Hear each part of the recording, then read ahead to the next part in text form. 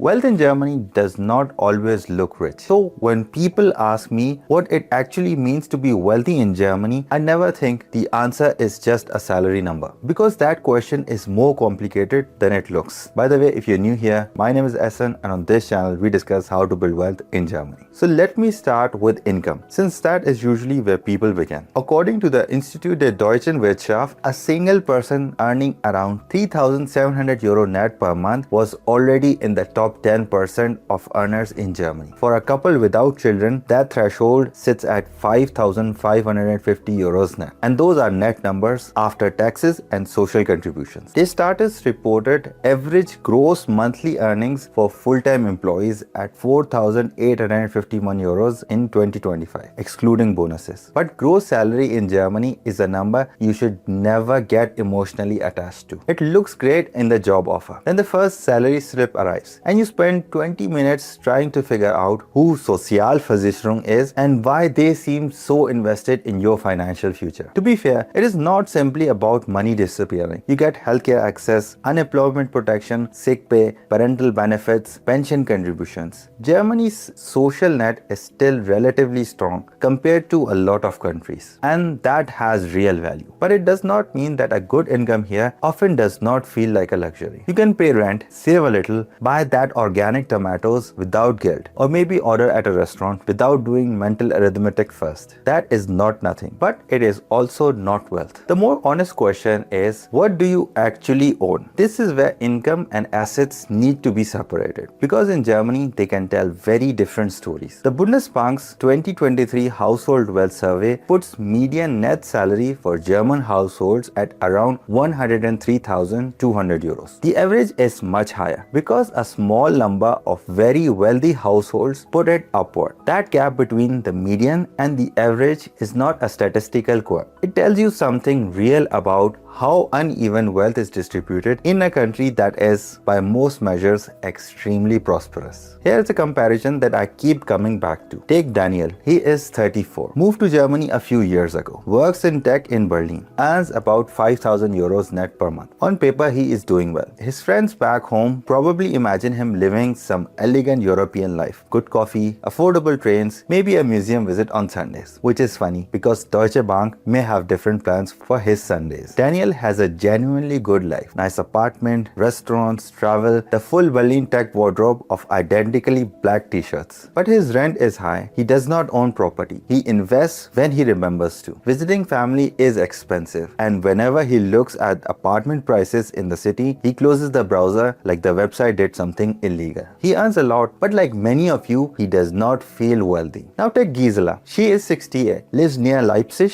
and her pension is not large. She's not flying business class anywhere, but she owns her home outright without any debt. Her expenses are predictable. Her time is mostly hers. She grows vegetables and has a very firm opinion about which bakery in town sells the only acceptable Brötchen. Please hit the like button if you're getting value from this video, and let me know in the comments if your life in Germany feels more like Daniel or Gisela. Because Daniel has more income, Gisela arguably has more freedom. That contrast is, to me, what wealth in Germany actually comes down to. Not what flows into your account each month, but how much pressure stays out of your life. Housing makes this especially visible. Germany has one of the lowest home ownership rates in Europe. Eurostat's data shows it as the only EU country where renting was more common than owning, around 52% of people living as tenants. This surprises many expats, who arrive expecting that renting is a phase you pass through before doing the adult thing of buying something. But in Germany, long-term renting is genuinely normal. Tenant protections are strong and contracts can run for decades. You can raise children, own proper kitchen knives, build a full life, and rent the entire time. Some uncle somewhere may have opinions about this, but he has opinions about most things. That said, property ownership still matters enormously, particularly the timing of it. Someone who bought in München, Berlin, or Hamburg 20 years ago is living a completely different financial reality than someone trying to buy today. The old buyer might have a small remaining mortgage or none at all. The new buyer is looking at a substantial down payment, high closing costs, interest rates that have climbed from where they clever a few years ago and the emotional reserves of someone who has already survived multiple appointments at the Ausländerbehörde. So you end up with this strange situation. A wealthy country, decent salaries across many sectors, and yet young professionals, especially expats without family assets already here in Germany, can feel genuinely locked out. Wealth here is built through time, property, inheritance, and patience. It's not something a good salary automatically produces. What makes this harder to navigate is that Germans, broadly speaking, do not talk about money. In some cultures, someone will tell you their salary, their rent, and a brief financial autobiography all before the starter has arrived. In Germany, asking what someone earns can often feel more personal than asking about their relationship. Because of this, most people have very little idea where they actually stand. You might be earning more than 90% of the country and still feel average because everyone around you is also in tech, consulting, engineering, or finance, and they all seem stressed about rent as well. Comparison does not measure you against the whole country. It measures you against your immediate circle. And some expat circles in Germany have a completely warped sense of what normal looks like. If you work in consulting in Frankfurt, your baseline for doing okay might be a salary figure that would feel remarkable in most of the country. And yet the conversation at the dinner is still about how tight things feel. Part of this feeds what I think of as the German middle class illusion. A huge portion of people in Germany identify as middle class, including people who are, by any reasonable measure, doing very well. The word rich feels uncomfortable, arrogant even.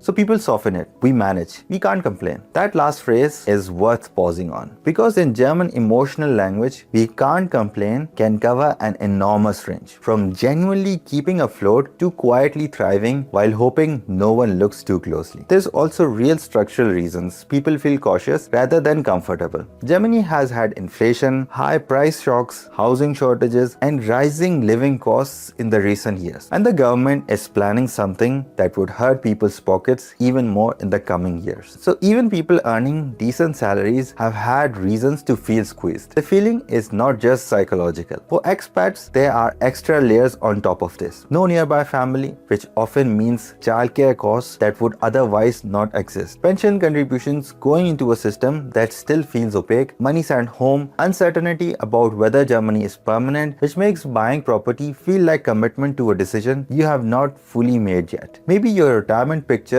involves a different country, a different currency, a different set of calculations entirely. It is personal finance across at least two countries simultaneously, and it genuinely feels more complicated than most financial advice accounts for. So salary is a poor answer to the question of whether you are wealthy here. A better set of questions might be how much freedom does your money actually give you, and are you investing for later, or is the money just passing through? The last question is one I keep returning to. Money that only moves through your account is not wealth. It's just traffic. Taxes take the most, then you have insurance, groceries, flights home, the way lifestyle expands to fill available income, then a weekend in Switzerland, and one sandwich removes whatever optimism was left. The German instinct about money is largely defensive, and I mean that without any judgment. The old saying, Spare in der Zeit, so hast du in der Not, could genuinely be printed on the national debit card. Security, insurance, emergency fund, paid off property, and a thick folder where every document has its own plastic sleeve. A lot of this is healthy. Having a safety net does matter, but it can also tip into paralysis. Too much cash held too long. Avoiding investments because risk feels irresponsible. Treating the stock market as equivalent to a casino, while inflation steadily reduces the real value of savings. That technically feels safe, but for expats trying to build wealth from scratch, paying high taxes, renting in an expensive city, unsure about long term, this particular cultural instinct can slow things down significantly. You earn well for 5 years and end up with less to show for it than the income would suggest, because the money was never really deployed. When I think about what wealth actually means in a practical sense, I think of it in layers rather than a single threshold. The first is just stability. Bills are paid and there is something set aside for emergencies. The next is resilience. A gap between jobs is stressful, not immediately existential. Then there is optionality. The ability to change jobs, reduce hours for a while, take parental leave without financial panic, and leave a situation that is bad for you. And beyond that, something like freedom. Not necessarily retiring at 38 to make sourdough in Portugal, but having enough space between yourself and the next crisis that fear is not the thing making your decisions. Most people, when they say they want to be wealthy, are not really asking for a mansion. They're asking to sleep better, to be able to help the people they love, to work at something they do not hate because they are not trapped into it. Germany gives you this foundation and makes other parts harder. And if you did not start with family assets already in Germany, you may feel like you are climbing a hill that others started partway up, with a family apartment and a rental contract from 2009 that costs less than your grocery bill. So the answer is not simply earn more, though earning more helps obviously. The actual work is converting income into freedom. Freedom is not being trapped by what the apartment costs. Comfort is buying what you want. Freedom is not needing anyone else to notice. So what does it mean to be wealthy in Germany? I think it means having enough security that life is not a constant defense, and enough options that fear does not sit at the head of the table when decisions get made. For expats, it means building your own definition, because the standard German model was not designed with our specific situation in mind. We are managing across cultures, sometimes currencies, sometimes multiple possible futures. The German instinct toward security is genuinely useful, but only if it helps you act, not if it gives you a respectable sounding reason to do nothing. I don't have all the answers, and I'm also learning as I go. So if you want to know what I do with my salary as it lands on my bank account, you can watch this video. And in this video, I share how I would start investing as a beginner in Germany.